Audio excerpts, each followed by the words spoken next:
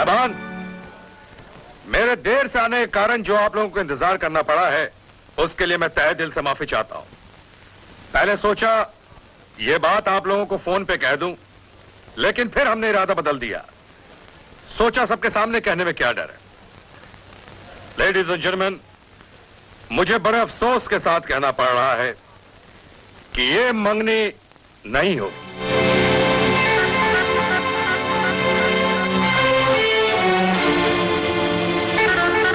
जी हाँ, ये मंगनी नहीं होगी। भैया क्या कह रहे हैं आप? हीरा चांद, तुमने इनके साथ बात पक्की नहीं की थी क्या?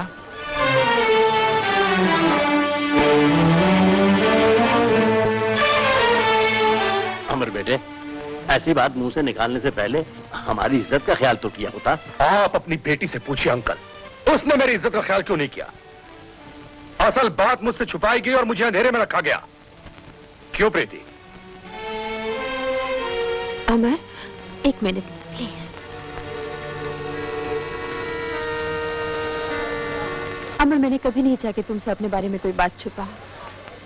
तुम्हें मेरे बारे में शिकायत है, जानती हूँ, लेकिन ये बात तो तुम मुझसे अकेले भी कर सकते थे, इतने सारे मेहमानों के सामने। नहीं, मैं जो भी कहूंगा सबके सामने कहूंगा। साहिबान, इस लड़की ने इस गरीब का दिल तोड़कर चकनाचूर कर दिया है। इसने हमको दिया हुआ वचन तोड़ा है। शिमला जाने से पहले इसने हमसे वादा किया था कि आते ही शादी करूंगी, और अब ये लोग मंगनी का चक्कर देकर हमें अकेले ही पढ़ाई के लिए विलायत भेज रहे हैं। अब आप ही बताइए ना, नजरों से दूर, दिल से दूर, चश्मे बद दूर, पीछे में इनका दिल किसी और पे आ गया तो? तुम्हारा दिल भी तो किसी और पर आ सकता है। आ सकता है, क्यों नहीं आ सकता है, जरूर आ सकता है। इसीलिए तो कह रहा हूं मैडम, नो मंगनी, डायरेक्ट शादी। इकट्ठे चलते हैं। देखो अमर, एक वक्त में एक ही काम हो सकता है। तुम वहां जा रहे हो स्टडी के लिए, अगर मैं साथ चलूंगी तो तुम पढ़ नहीं पाओगे। ठीक है, अगर हार्ट स्पेशलिस्ट बनने के बजाय हार्ट पेशेंट बनकर लौटा तो डोंट वरी, मैं इलाज कर दूंगी। अंकल, आप ही प्लीज ऐसा समझाइए ना, अपना दिमाग बहुत तेज है, एक वक्त में कई काम कर सकता हूं मैं। अंकल, आप पंडित जी, आप ही कोई तंत्र मंत्र निकालिए ना और कह दीजिए कि अगर आज की ये शुभ घड़ी टल गई तो फिर ये शादी कभी नहीं होगी। नहीं बेटे, ऐसी शुभ बातें मुंह से नहीं निकालते। बेटी इधर इधर इधर इधर, पंडित जी आप सगाई की रस्म पूरी कीजिए। ओम सर्व मांगल मांगले शिवे सर्वार्थसाधके त्र्यंबके गौरी नारायणी लीजिए, और आप अपने हाथ में इनको पहनाइए।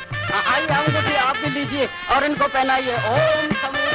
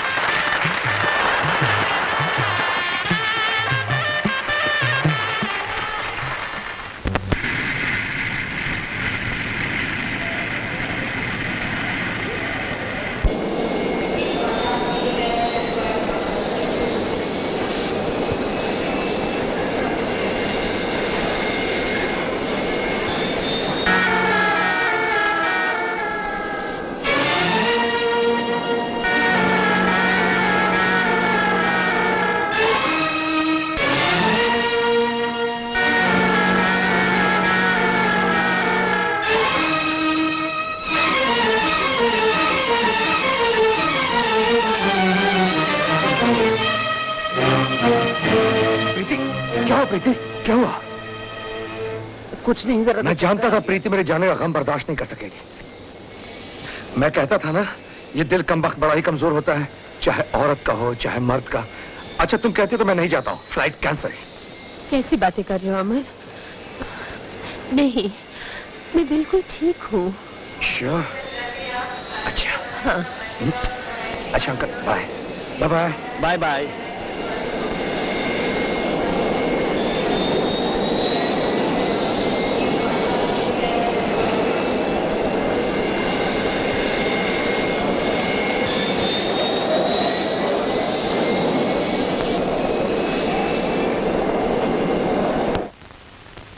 तो फिर आप ही कोई रास्ता निकालिए। जिससे आपकी इज्जत भी बची रहे और मेरा बच्चा भी।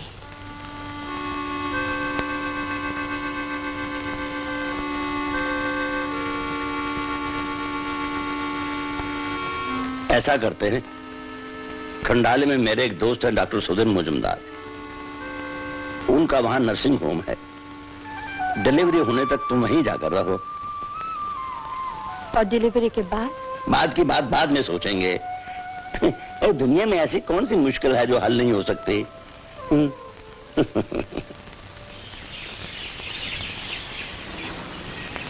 Blood pressure normal. आप चाहें तो थोड़ा घूम फिर भी सकती हैं, लेकिन इतना भी नहीं कि थक जाए और फिर दौड़ा पड़ जाए। डॉक्टर साहब, ज्यादा आजादी मत दीजिए। आप माँ की आदत को नहीं जानते। आप इन्हें चलने फिरने की इजाजत देंगे, ये काम करना शुरू कर देंगी। डॉक्टर, कमरे का सफाई हो गया। उनके लिए कंपेनियन का इंतजाम हो गया? अभी तक नहीं हुआ। आप कहे तो मैं कंपेनियन बन जाऊं? तुम अपने बॉयफ्रेंड की कंपेनियन तो बन ना सकी, रोगी तुम्हें कैसे टॉलरेट करेगा? ओ डॉक्टर। डॉक्टर साहब मुझे रखवा दीजिए।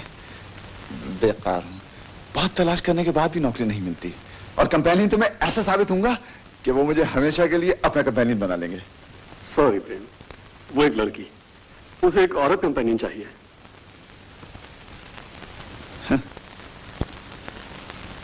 यहाँ भी बैड लक।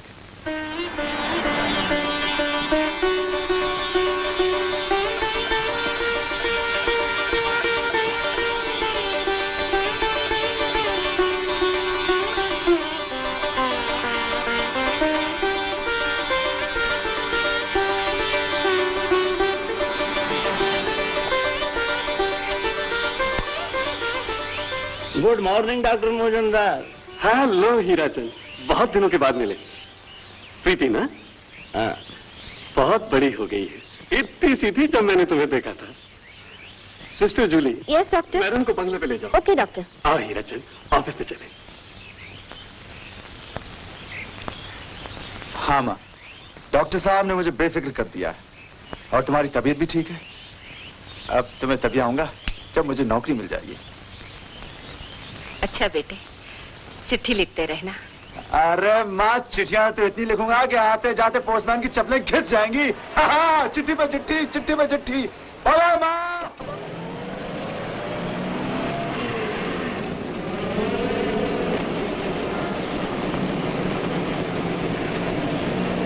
वैसे तो अबॉर्शन भी इलीगल नहीं है, लेकिन पर्सनली मैं इसके खिलाफ हूं। आपकी बेटी क्या चाहती है? वो भी इसके खिलाफ है।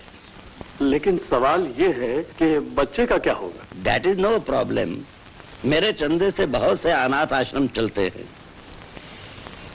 एक और बच्चा फिट नहीं होगा? प्रीति राजी हो जाएगी? उसे मालूम भी नहीं होने दिया जाएगा। मुजुमदार, तुम मेरे दोस्त भी हो और हमदर्द भी। मुझे तुम पर पूरा भरोसा है, इसीलिए प्रीति को मैं यहाँ लेकर आया हूँ।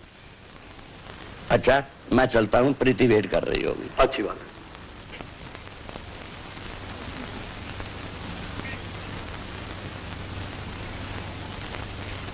आप? डॉक्टर साहब, आप कह रहे थे ना, अब मैं चल फिर सकती हूँ। मुझे उस लड़की के पास रखवा दीजिए ना, मेरा दिल भी लगा रहेगा, और फिर 4 पैसे मिलेंगे तो बेटे का बोझ भी हल्का हो जाएगा। लेकिन प्रेम को कुछ मालूम नहीं होना चाहिए। ठीक है, मैं सेठ जी से बात करूंगा। सिस्टर, इसमें फूल कब खिलेगा? 3 महीने में।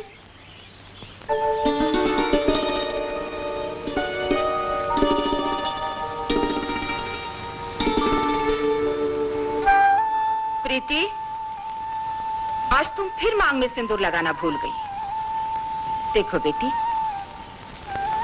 ये छोटी छोटी बातें हैं ना, सुहागन अपने लिए नहीं, अपनी सुहाग की मंगल कामना करने के लिए करती है।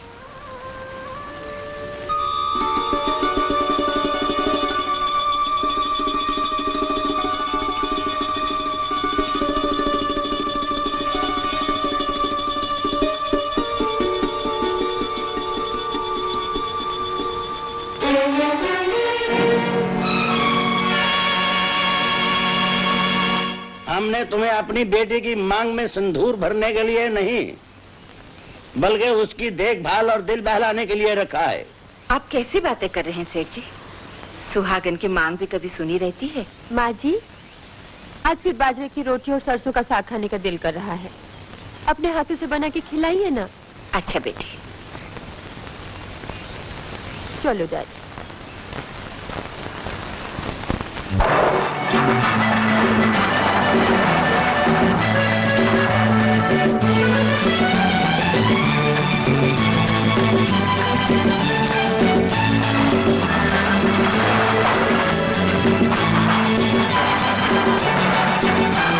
Very good. मुझे तुम जैसे मास्टर की जरूरत है। आज से काम शुरू कर दो। Thank you. हाँ, वो सामने कॉटेज देखते हो ना, वो तुम्हारे लिए। Best of luck. Thank you.